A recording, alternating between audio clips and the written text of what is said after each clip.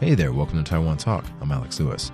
This week I spoke to Rosie Cook, a cultural materials conservator, about conservation, museums, and much more. Take a listen.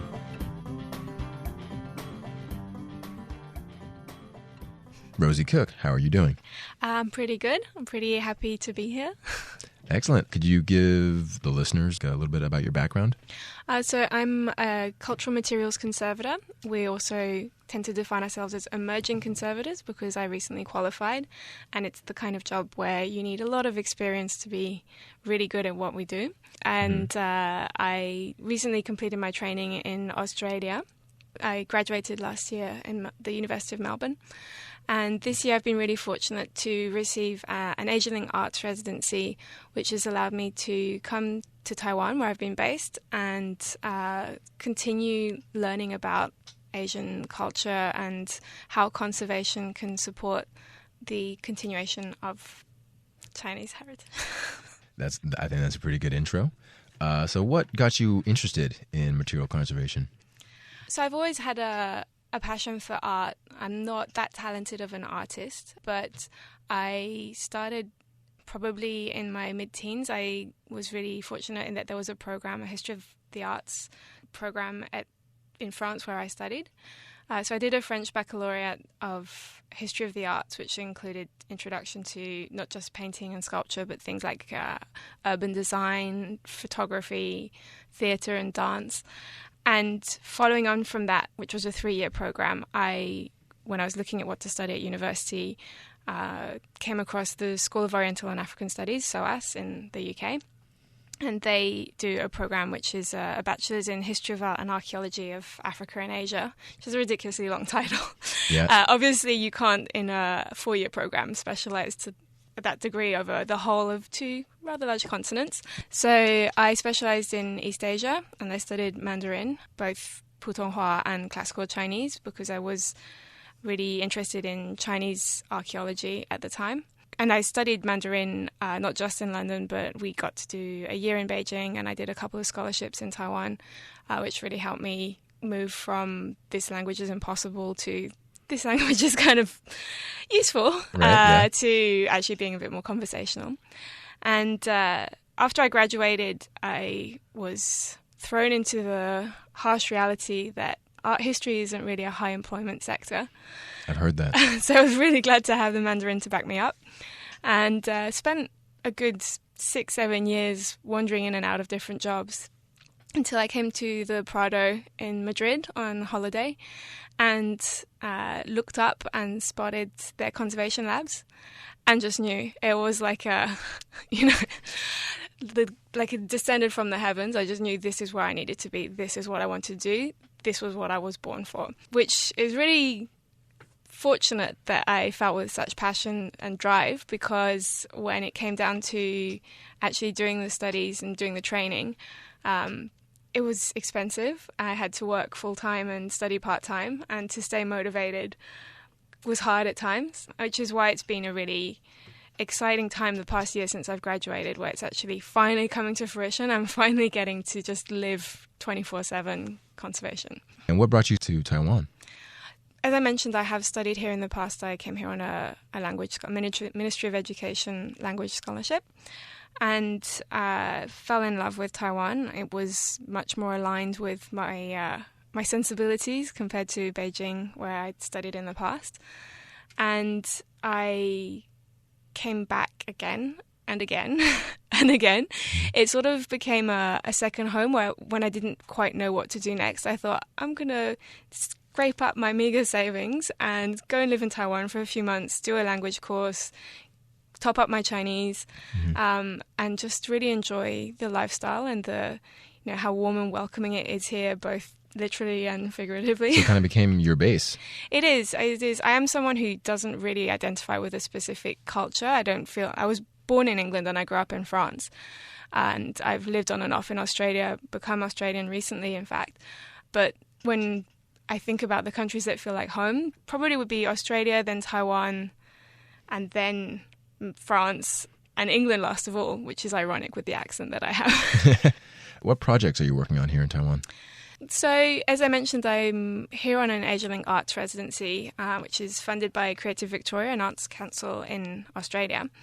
And that residency had its origins in an internship I did at the Taiyuan Asian Puppet Theatre Museum last year. I came over for 6 weeks and worked with the conservator, the head of conservation there, in fact, on a number of different objects, mostly of glove puppets, but it was really great because there's a whole variety of materials and cultures, in fact, represented in their collection. And we were inspired to apply for a grant so that I could come back and work on costumes specifically, glove puppet costumes, which are really fascinating because they're these little miniature outfits and they're really lush materials of silk and gold embroidery. But they've also had a pretty hard life because they'll have gone through hundreds and hundreds of performances, thrown around, kept in boxes. So they're in need of a bit of TLC. So yeah, we put this forward to AsiaLink Arts as an opportunity for me to learn more about cultural heritage in Taiwan and the broader ethnic Chinese culture, but also for me to bring an Australian taste to how we approach their conservation. Back to the Taiyuan Asian Puppet Theatre Museum. Mm-hmm. Do they give live performances of the puppets so they get to use them, or do you get to use them at all? So the museum is actually belongs to a larger foundation, which is the Taiyuan, Puppet Theatre Foundation.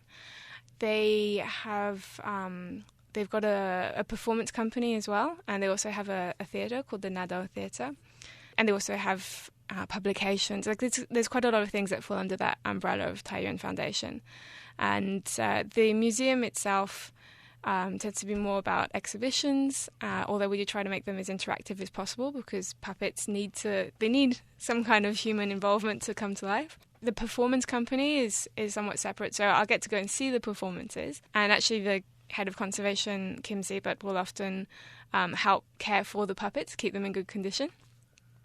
But the most important part, I guess, is that I get to see puppeteers on a regular basis, and they've actually got a few different classes for keen young Taiwanese who want to learn how to make a traditional puppet or how to perform, learning from puppet masters. So it's kind of like a hive of activity all based around puppetry, and I sort of drift in and out when I have time. So for the AsiaLink Arts residency, that's a residency out of Melbourne? Mm-hmm. AsiaLink Arts is a subset of AsiaLink, which is an organisation at the University of Melbourne. And the residency is a really fantastic program normally it's directed at artists, as you might guess, which can be as broad as writers and poets. It doesn't have to be the creation of a tangible artwork. But what was quite unusual is that they were interested in doing an arts conservation residency, which was fantastic.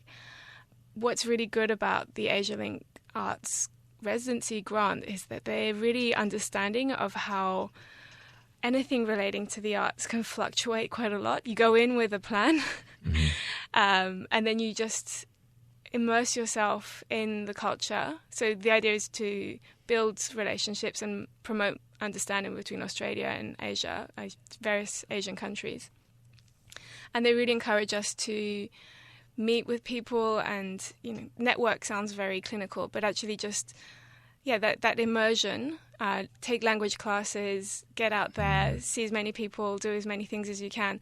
Not so much focused on you must deliver this many artworks at the end of your residency, but more how has it progressed your personal practice? Kind of leads me to another question. Does working in this field, the conservation field, require intimate knowledge of the culture that you're working to preserve, or does intimate knowledge of the materials itself give enough insight to carry out conservation efforts? I think in the past, particularly in European and Northern American contexts, conservators, liked to think that their knowledge of materials was enough. If you were an expert in silk, you could look at the degradation, recognize what was going on, identify the best treatment, and Bob's your uncle, you're ready to go. Yeah. But in the 21st century, and particularly the way that we're trained in Australia, there's the understanding that the significance of an object is not just in its material integrity, it's also about its significance, what it means to people, why it was made in the first place, and why we're keeping it. And conservators, amongst the many skills that we have, need to be really good at identifying the source community, and then talking to people there and finding out their expertise, getting their contribution. The reality is there's so many things. If you go to your average museum, there'll be things from so many different cultures and so many different materials that if you tried to take care of everything, you wouldn't have the knowledge. And unfortunately, in the past, I think a lot of conservators just charged ahead and did what they thought was best for the object to make sure that it was in great condition and would last forever. But actually, they may have lost a lot of information that was really important, failed to really connect with its origins. What are some of the special skills or skills that you need to be a conservationist? No, you just used the word conservationist. I did, yeah. A conservationist and a conservator. Conservator, okay. Conservationist is actually... It confuses people a lot when they hear I work in conservation. They think conservationist, so that's save the planet, right? Take care of the environment, save the whales, stop the mining, which I'm all for, but that's not what I'm trained for. I'll sign all the petitions.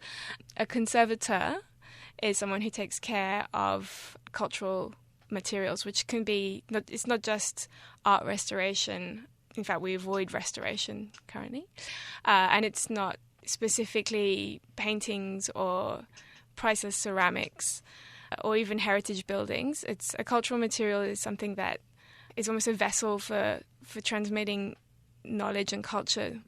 So it can range from a comic book to, a tractor engine. It depends. If you think about all the different kinds of museums you have in the world and the crazy variety of things that can be contained in there, all of those are cultural materials. What is the biggest challenge in conservation here in Taiwan?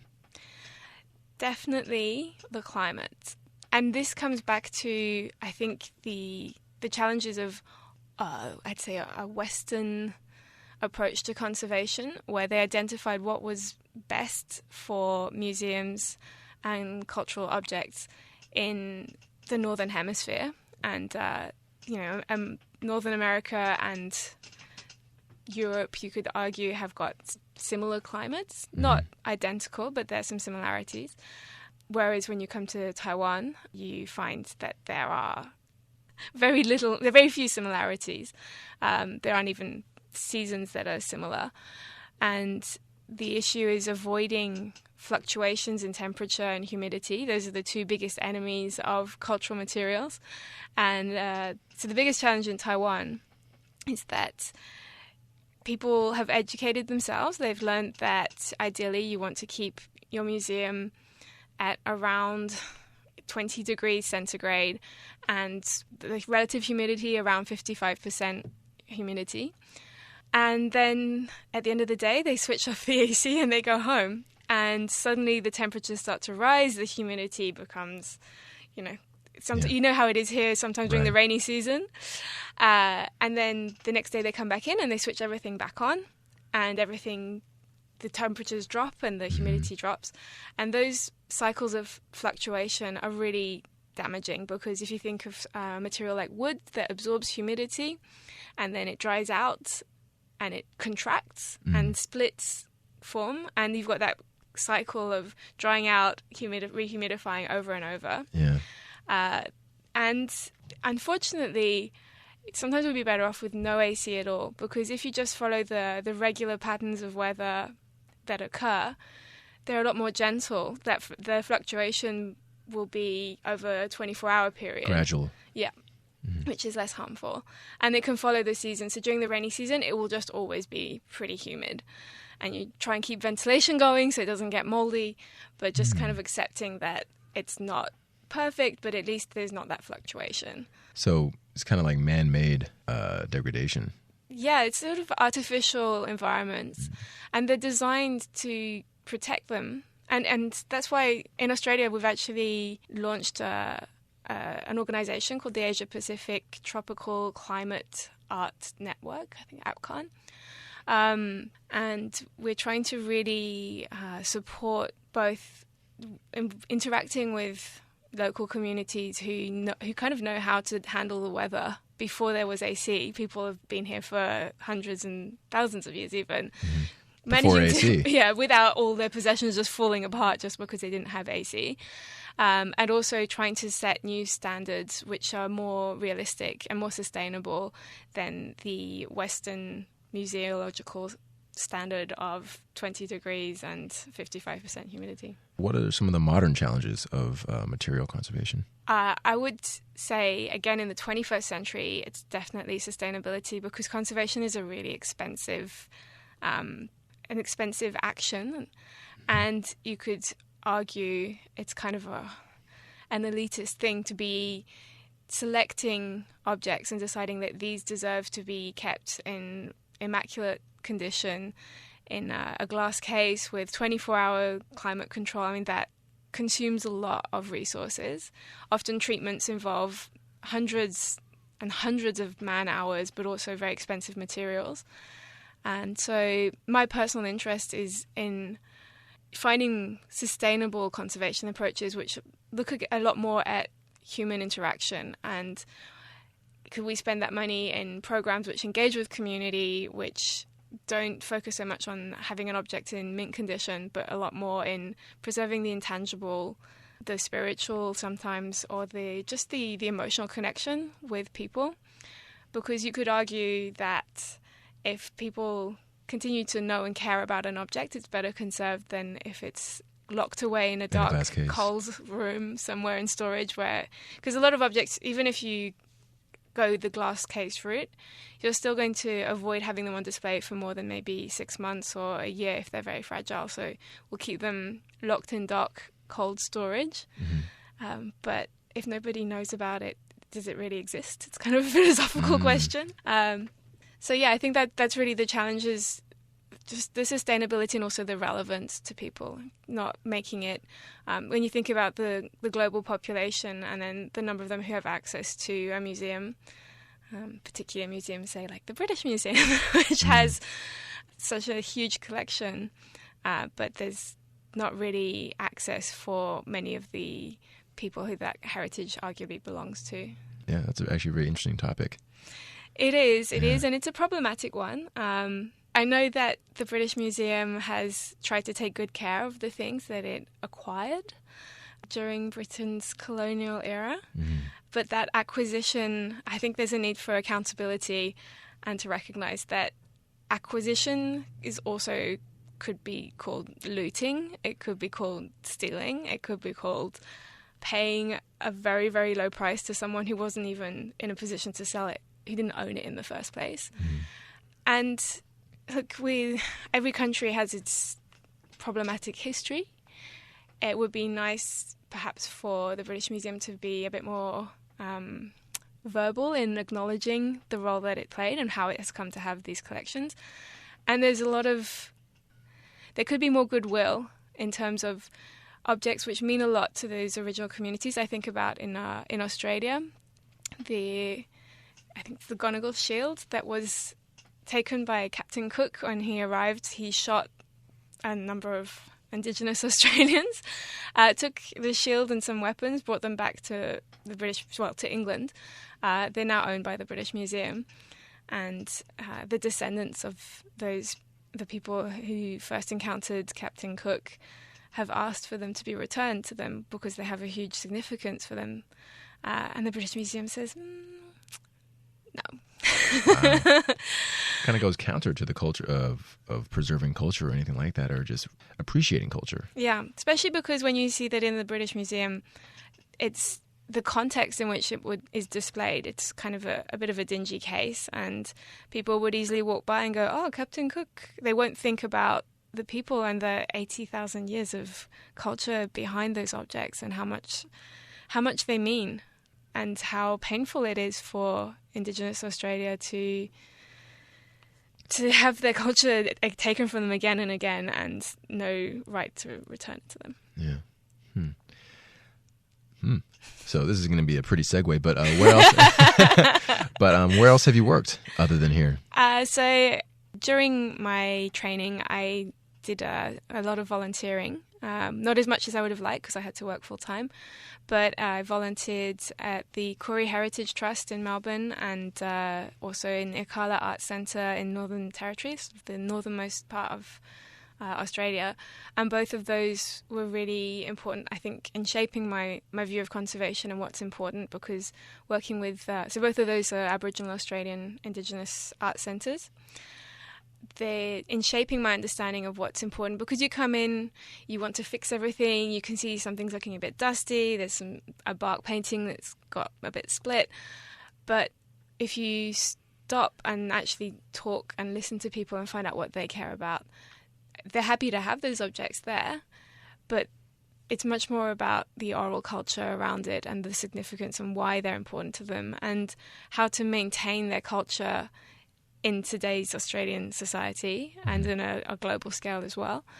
And you can, if you don't consult, you could easily get sidetracked by the actual material. So those projects for me were really important. I also have been really involved in Indonesia on I call it the musical hut, an instrument that's known as bundengan. I was given this object to treat in my last year of my training. It's gigantic. It's big enough for a human to crawl under and take shelter from the rain.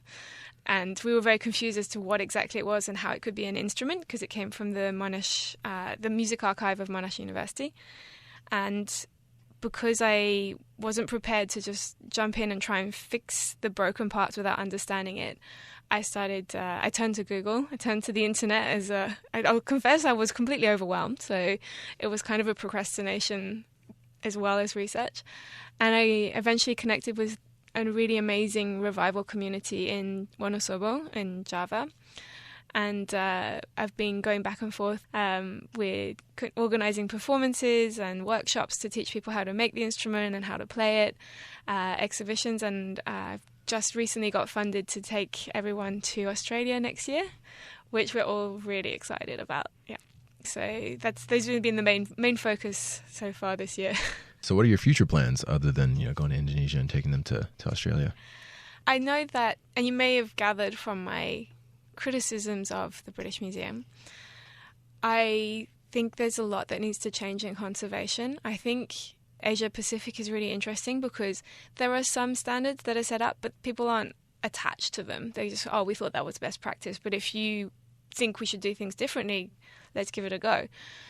I think that given that so much of the museum collections are in Northern America and Western Europe, collections that have been taken from other parts of the world, there's really a need for consultation and there needs to be a mediator. And so that is where I ideally would like to come in. Obviously, perhaps be less harsh in my criticisms because it's always complicated working within a museum structure. But I'd love to be able to be a bridge between source communities and the museums. Not just so the museums can do a better job, but so that the source communities can have access to that information and to knowledge about the objects and about conservation and how to care for their own heritage. So you say museums can do a better job. What constitutes a good museum? I think, and it's kind of, it sounds a little bit self-defeating when I think there's too much of a concentration on the material. Some of the best museums I've been to have got very few actual objects on display. What are some of those museums? So recently I was in the Holocaust Museum in Cape Town in South Africa, and there's so much of a focus on information and visual engagement. Like you still need pictures of objects, pictures of people, but storytelling so that people really understand the significance. So you don't get to see an actual object for quite a long time. As you go through the museum and you learn more about how the Second World War started, about how the Holocaust came to be, so that when you finally see, I think one of the first things you see is a yellow star. It has so much weight on it because you're truly looking at it with a full understanding of the implication of informed eyes. Yeah, You're not just seeing a piece of fabric. It's yellow. It's shaped like a star. You're really thinking about its significance. But a little bit more locally, There's a museum in Dihuaqie in Datong district, which the whole district is gorgeous. For a conservator, it's just a dream walking through there. Museum 207, Arlingti, I think it's in Chinese. And they are focused on terrazzo, which in Chinese I believe is mo shizi, which is a decorative art where people use, it's similar to mosaic. There's a lot of ground up coloured stone, and you've probably seen a lot of places around Taiwan, Taipei. Tainan has a lot of them as well, outside the front of shops or inside shops. Coloured designs surrounded by thin brass outlines. And yeah, you don't necessarily stop and stare at them, but it's one of the things that contributes to an overall feeling of, something beautiful that you're walking through. Dihuaqie has a lot. So Museum 207 has, I think, 4 floors, and it's a very simple layout. You're not overwhelmed with information or with objects. You get a really good understanding of the material and the technique, and you get to see some great examples, and it's quite interactive. But 2 of those 4 floors are contemporary artworks and artists who've engaged with the material. So they cover, it's a very narrow focus, but they go into it in great depth, but without leaving you feeling at all overwhelmed. So you're kind of out of it. It's a nice little half hour spent whilst you're in Dihuaqie learning a bit more about something that is really Taiwanese. Yeah, I have to check that out. I've never been. So what's a bad museum? A bad museum. It seems unfair to call anyone a bad museum, because I think museums are, again, in the 21st century, it's about sharing culture. Once upon a time, it felt more about displaying the things that you'd looted from other countries, right, yeah. Showing off your riches. A bad museum is perhaps one where the objects are stripped of their meaning, and they're just there purely for aesthetic reasons. Like decoration. They're just decoration. But even then, if they're kept in good condition, then I guess why not? Someone else can come along and interpret them better later. But often you have the combination of the two, where people say, let's set up a museum about X, and they gather a few artifacts together and they put up a few panels, and then they put them there maybe in broad daylight, which is terrifying for a conservator. There's light damage and UV damage are both probably one of the harshest causes for degradation. And then they just left to gather dust. They never review what they have on display. But I don't think that's a bad museum. I think that's a museum that doesn't have a conservator, to be honest. And often they don't. There's not necessarily funding for conservation. So what are some of the techniques, or what are some of the things that you have to look out for as a conservator, like light and UV damage? So, yeah, I mentioned temperature and relative humidity and light. So we talk about the 12 agents of degradation, actually. It's one of kind of our ABC when we were at university and or doing training. Hopefully I can recall most of them off the top of my head. We're meant to be able to just reel them off. But we'll have pests, so light, water, heat, pests, vandalism. I've never been someone who could understand how you could carve your initials on anything, from a tree to a pyramid, but people do it. And there can be unintentional vandalism. Unfortunately, it still falls in the same category, as well as people who will steal things. So there is dissociation is actually the one that I focus on the most. Again, so traditionally dissociation is when you have an object and everything in a museum gets accessioned. We give it a code, and that code corresponds to a file which has all the information about the object, where it's from, like its provenance, information that relates to it. And perhaps if it's a museum that has a lot of conservation work, it will also have the details of when it was previously treated or any other, it's history, it's case file. If the object loses its code, it can be really difficult to work out what it is. And arguably, similar to what I was saying before about an object that's cut off from people, if it's cut off from its information, if it's dissociated, we can't even justify keeping it a lot of the time, depending on the size of your collection. But if you think about a natural history museum that has 10,000 birds' eggs, and unfortunately there's a flood and all the labels have come off, and now we've just got a bunch of eggshells, and are they useful? But for me, dissociation extends a little bit further into the significance. And so I think if the object, you know where it's from, but you don't really know what it's for, that's also a form of dissociation. And I think I've chosen to focus on that as like the most threatening agent of degradation.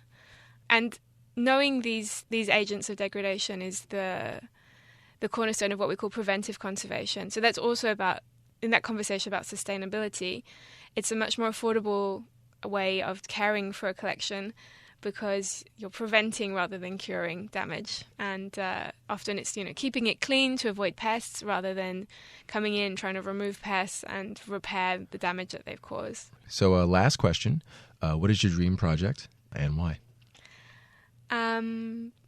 So I would really, I've obviously got a big interest in puppetry and performance, musical instruments, puppets, costume as well, which is also in a way a performative object.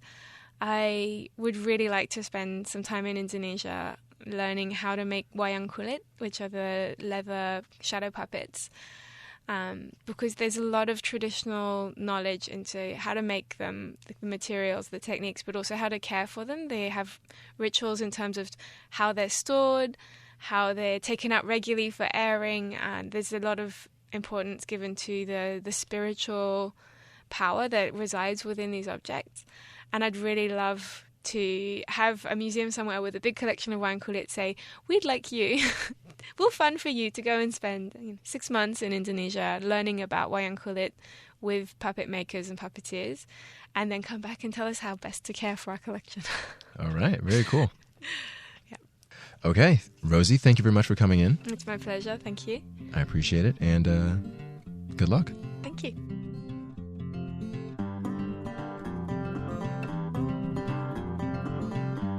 Thanks for listening to my conversation with Rosie Cook, a cultural materials conservator.